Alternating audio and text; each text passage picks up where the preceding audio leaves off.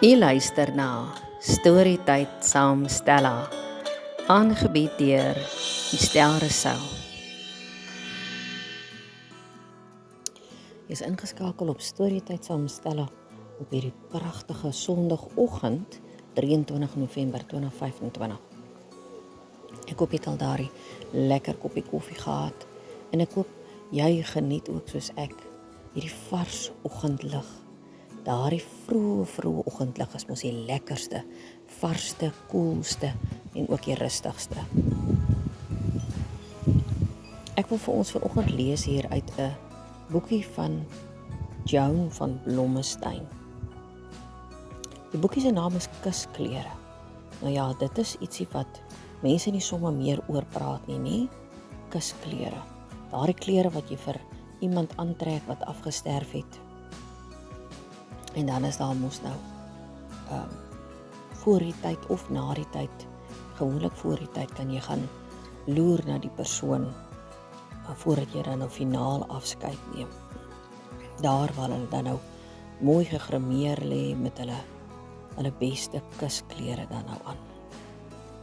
Nou hierdie is eintlik 'n baie inspirasieboek, 'n erg, hoe wil ek nou sê, inspirasionele boek, is daar so 'n woord?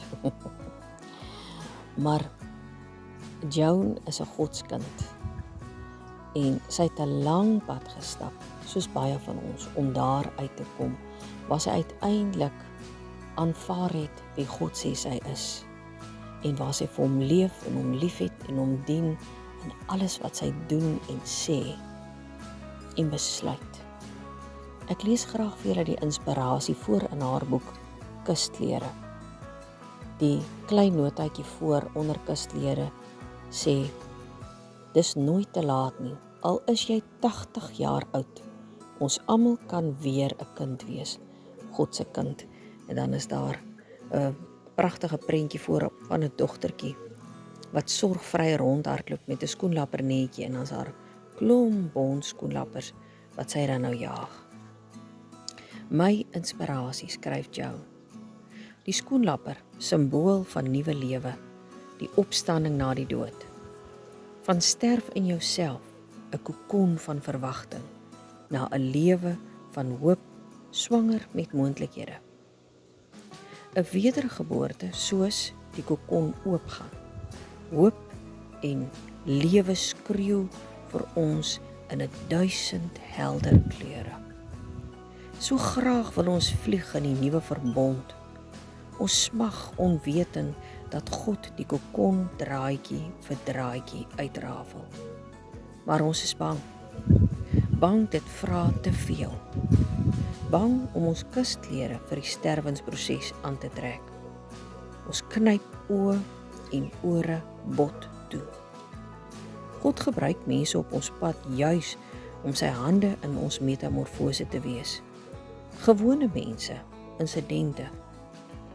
'n liewe sonnaarskooljuffrou wat nie omgee of jy inpas of grand genoeg is nie. Die tannie wat verniet jou konsertkostuum maak sodat jou ma nie so kommer nie. 'n ma wat omgee en versorg, wat een van haar enigste 3 rokke opsny om vir haar kind 'n japon te maak.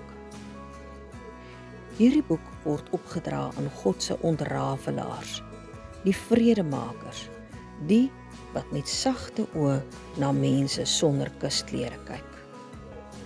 Hulle laat ons vra, jaag ons na die skoenlapper of jaag ons na wind? In 2 Korintiërs 13 vers 18 staan daar geskryf: ons almal weerspieël die heerlikheid van die Here, want die sluier is van ons gesig af weggeneem. Ons word al meer verander om aan die beeld van Christus gelyk te word. Die heerlikheid wat ons uitstraal neem steeds toe. Dit doen die Here wat die Gees is. Nou ja, julle, mag dit vir jou so 'n bietjie 'n saadjie van dink los. Dit mag dalk so 'n bietjie grys klink vanoggend op hierdie pragtige vrolike sonskyndag. Miskien reën dit by jou, maar ek ek wil tog vir jou sê, vra, is jy reg om dood te gaan in jouself, sodat die skoenlapper wat God bedoel het jy moet wees, kan uitkom? Is jy bereid om in daai kokon toegespin te word en dan draadjie vir draadjie, want dit is hoe lank dit vat. Dis nie jou oogwink nie. Dit vat jou leeftyd, wil ek sê, van dat jy gebore word die ontrafelaars oral om jou geplaas en hulle trek aan hierdie draadjies. Partykeer trek hulle nie daaraan. Partykeer tol jy nie eers 'n bietjie nie rond nie. En dan is daar oomblikke waar jy voel hierdie kokon spin vir jou soos 'n malemele jou nooit kon spin nie, soos wat 'n draad losgetrek word en jou hele wêreld tol in jou rond en jy weet nie of jy kom of gaan nie en alles is deur mekaar. En dan is daar daar wanneer daai kokon doodstil staan en jy voel niemand hoor jou nie. Nie eers God hoor jou nie. En jy's toe en jy's verlate. En dan is daar daar wat iemand die draadjie net so effens liggies pluk, soos wat iemand aan jou hartsnare sou pluk. En daar's 'n gewaarwording van iets groter, iets meer, iets hoër as ek, iets dieper as die aarde waarop ek loop, iets wyer as die sonsondergang, iets verder as die see, iets meer as die sterre in die lug of die sandkorrels op die strand. En dis wonderlik, want elke liewe draadjie wat net gepluk word en of jou in die ronde tol, is die werk van die ontrafelaars wat God op ons pad sit, om ons te help om terug te kom huis toe, om ons te help om te onthou wie ons is. Ons almal word soort van met geheueverlies gebore.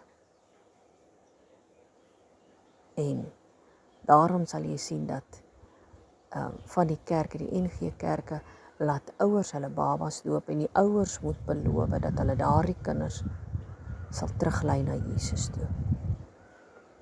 Die ouers moet dit beloof. En dan, wanneer daardie kindjie groot genoeg is en sy of hy het hulle pad tot by die Here of tot daar gevind waar hulle voel hierdie lewe gaan nie vir my ewigheidswaarde bring nie, ek kies Jesus. Tot daar waar hulle self kies. En dan is dit nog nie oor nie. Dan begin dit eers, né? Die wonderlike pelgrimsreis terug na God toe, terug na Jesus toe, terug na ons huis toe waarna ons almal so verlang.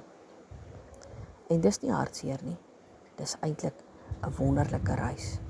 Dis 'n reis waar as jy aan die einde kom, waar jy nie kan wag omdat Jesus jou hand vat om oor te stap na die goue strand toe aan die ander kant nie.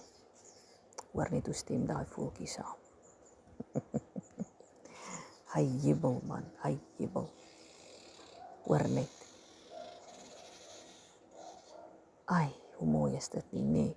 Uit volle bors. Uit volle bors. Hy sing en hy sit daar bo in die boomtoppe vol bloeisels. En hy het 'n wonderlike uitsig hier oor die berge, moet ek vir jou sê. Nou ja toe. Mag julle absoluut gebless wees. Mag hierdie dag vir julle 'n sonstraal in julle hart wees. Mag dit 'n pluk wees